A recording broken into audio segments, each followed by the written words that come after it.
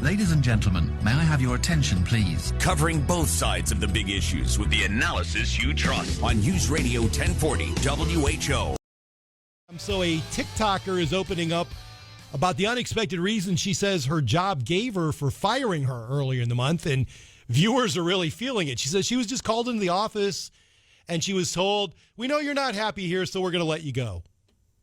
And I thought, man, you're going to start firing all the unhappy employees in the nation. The unemployment rate's going to skyrocket. Here is my friend, workplace expert, Joel Patterson. Love talking with Joel about these issues because he heads up a company called the Vested Group, which is a firm that's always on the best places to work.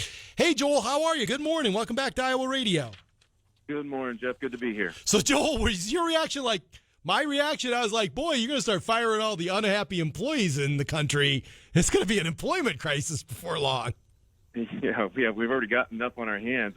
My first reaction was there's got to be more to this story. Yeah. I mean, where they're saying that we know you're not happy, I mean, that can mean a million things. Maybe her work performance demonstrated that she wasn't happy. I kind of doubt they just went in one day because she was in a bad mood and just said, you need to leave. My sense is there's a lot more to this story, and kind of the fact that it's kind of taken off as a TikTok video that everybody wants to take a look at really kind of says a lot about where people are with their jobs, and it kind of perpetuates this idea that everybody hates their job. Yeah, and I don't think that's true. I mean, there's a lot of people I work with a ton of people who enjoy their job.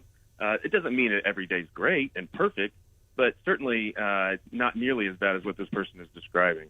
Well, and that's it, Joel. We were talking about this before the commercial break. My producer, Mike, and myself, we're happy employees. And, I mean, I'm happy to tell people that I really enjoy my job. I know you really enjoy your job. So when you say there's more to this, it's probably how an employee demonstrates, isn't it, how they're unhappy in the workplace?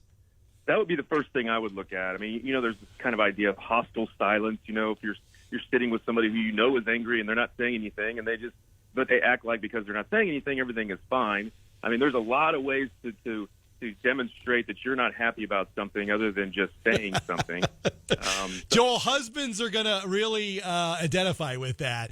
Honey, is there anything wrong? No, nothing. Okay. Yeah, exactly. Hostile silence, right?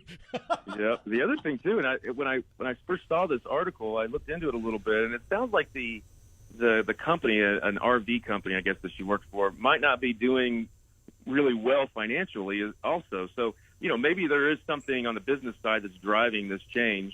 There's just so many different factors that could play into this. There's no way it's just one simple thing that she just wasn't happy that day. And Joel, on the bigger side of this, of course, we're all hearing about the Great Resignation and people are thinking about jumping careers and what have you. So you hear that a lot in the news. I do think there are a lot of employees that maybe are telling themselves they don't like where they work. I mean, are we kind of perpetuating this right now?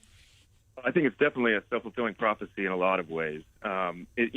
And that's not unusual, right? That's a more interesting story than people just being happy and content in what they're doing. But with the tight labor market, yeah, which hasn't changed. I mean, I can tell you, it's still very difficult to find quality people out there. It may have loosened a little bit from where it was 6 months ago, but it's still a difficult thing. And so people are absolutely focused on keeping their employees happy. They're trying to ride against this wave of people saying that everything is. I think people just have a voice, right, with social media or whatever venue. It's just sometimes you got to take that with a grain of salt, just like you got to take all this super positive stuff to say.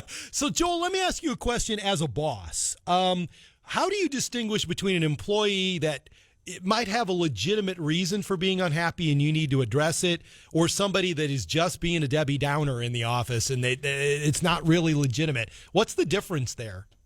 A lot of it's just body language. I mean, and we all know those people that are the negative Nancy or whatever, and they're just always that way. They're kind of a martyrdom syndrome, and they just want to make sure everybody else knows that they're working harder or they're more miserable than they are, and that is different than somebody who's genuinely, normally fairly happy or content. And that's one of the difficulties of the remote workforce today is you don't see that body language as much.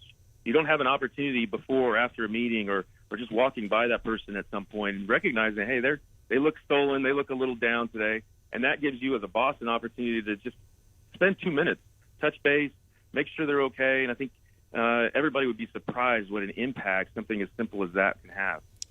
Always a great conversation with Joel Patterson, who's a workplace expert and heads up a company that always shows up on those best places to work lists. Joel's a happy guy. So am I. Joel, thanks very much for talking with me today.